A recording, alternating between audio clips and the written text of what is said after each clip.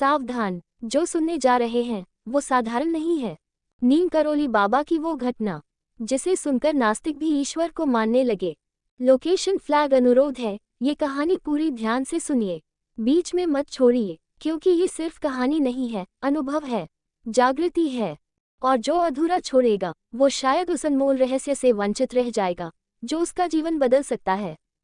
जड़ी बूटी कहानी शुरू होती है एक घमंडी व्यापारी से। एक दिन एक अमीर व्यापारी जो ईश्वर और साधुओं का मजाक उड़ाता था, नीम करोली बाबा के बारे में सुनता है। लोग कहते थे, बाबा चमत्कार करते हैं, मन की बात जान लेते हैं। व्यापारी हंस पड़ा, अगर ये बाबा इतने बड़े चमत्कारी हैं तो मेरी मरी हुई बेटी को वापस ला दें, फिर मानूंगा।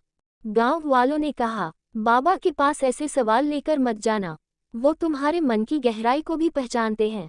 लेकिन व्यापारी नहीं माना। अहंकार से भरा वो बाबा के आश्रम जा पहुंचा। फायर बाबा की नज़र में उतरना आसान नहीं। बाबा कुछ नहीं बोले, बस उसकी ओर देखा गहरी स्थिर आंखों से।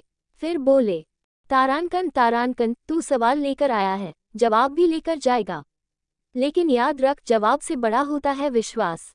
फिर बाबा ने आंखें बंद की, कुछ बुदबुदाया और बोले, जा, तेरे घर की बत्ती फिर से जल उठी है। जैसे ही व्यापारी घर पहुंचा, उसकी आंखें फटी रह गईं। दरवाजे पर उसकी बेटी खड़ी थी, बिल्कुल जिंदा, हंसती हुई, जैसे कुछ हुआ ही ना हो। वो वहीं गिर पड़ा जिसने ईश्वर को कभी नहीं माना। उसी ने बाबा के चरणों में सिर रख दिया। लेकिन बाबा ने तब कहा, मैंने उसे जीवन नहीं लौटाया, मैंने उसके भीतर विश्वास जगाया। जहाँ सच्चा विश्वास होता है वहाँ चमत्कार खुद चलकर आते हैं। तो अब आपसे एक सवाल, क्या आपने ये कहानी ध्यान से सुनी? अगर हाँ, तो आप समझ चुके हैं कि नीम करोली बाबा कोई जादूगर नहीं, चेतना के ज्ञाता थे। लेकिन अगर आपने इसे आधा अधूरा सुना तो शायद आपने वो सीख खो दी जो आपकी जिंदगी को आज से ही बदल सकती थी। लोकेशन फ्लैग बोलिए, नीम करोली बाबा की जय। Folded hands.